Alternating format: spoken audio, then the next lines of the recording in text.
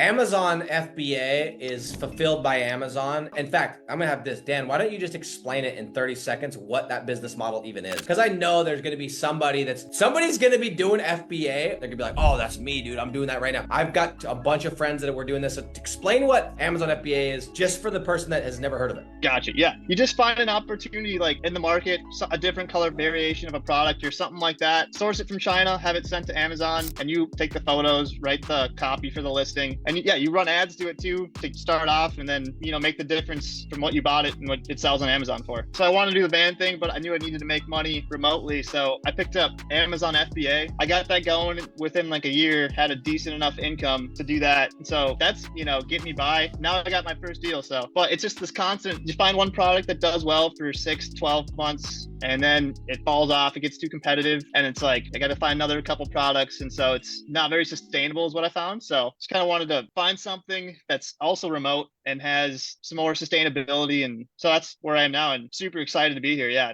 It's funny. Back in 2015, I was doing door-to-door sales, and one of my neighbors, he was doing this, right? And I don't know, when did you start doing FBA, by the way? It was 2020. So it was a ways in from most people starting. Yeah. So in 2015, like, it wasn't like it is now. It's not like, how everyone now, like, oh, he makes a little bit of money here, money there. Dude, in 2015, it was like everyone knew that one person that made money online. It was like, ooh, and they're killing it, right? Because there's no context, there's no comparisons. And I had this neighbor that was doing it, and they actually were doing really well in terms of like top line numbers, right? But what you have to remember, and what you pointed out, is you're selling products, right? So your product cost is in there. You're just making that sliver of margin. But what I want to talk about, so that's FBA, right? Is you're basically finding a product, you're putting it on Amazon, and you're doing the copy, you're doing the advertising, you're running ads very similar to this, but you're just taking a little portion, but you don't have assets. Because at any time, Jeff Bezos can decide he's going to give you a less percentage.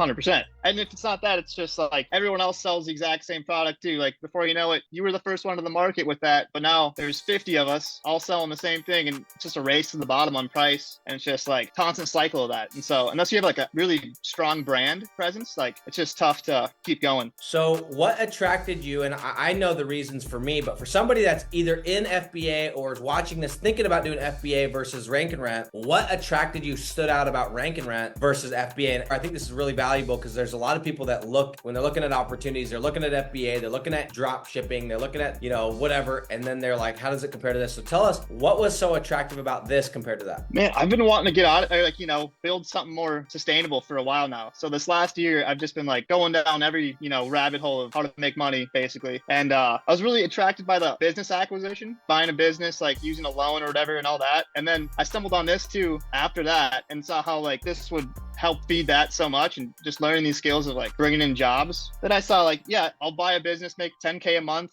and hopefully I can hire employees. But then I get that huge loan to pay off too. So I could probably make 10K a month in a relatively short period of time with this if I apply myself, right? That's the goal. I really like this and thought, hey, this makes sense. The way that I look at this is like, just like you said, no matter what business, this is going to feed into it. It's only going to help. Learning marketing, learning SEO, learning how to generate leads. I don't care if you run a tanning salon. I don't care if you freaking have a concrete company. It can only help you. And it's kind of the same thing, I think, with a lot of people that their goal is to get into real estate, right? I want to buy real estate. I want to get passive income. And it's like, yeah, but you need a lot of cash. What if you could learn a skill set that can get you that cash flow coming in quicker? You can get out of your job, you can make that cash, have excess cash, and then you can go put it into these things. So I think people have like, and that's the cool part, man, is if you decide you still want to go buy a business, now you can go get up to, 10,000, boom, your monthly nuts covered, get to 20,000, 30,000, start packing away cash. And then you could just go buy a business and you could pay for it and not have a loan. And you have the marketing skills. Exactly. Right. To me, this is like the most perfect skill set to learn, make money, get out of the rat race, start stacking cash until you actually figure out what you're going to do. Because a lot of people think they want to buy a business and then they start doing it. They're like, oh, this actually sucks. And that's another thing is like, when you look at a business opportunity, you could buy a small business, but like does not give you location freedom. You have exactly. to. So what I would recommend for anyone that's like not sure if they want to get into rank and rent, the advice I always give is get a piece of paper and write down what the business model needs to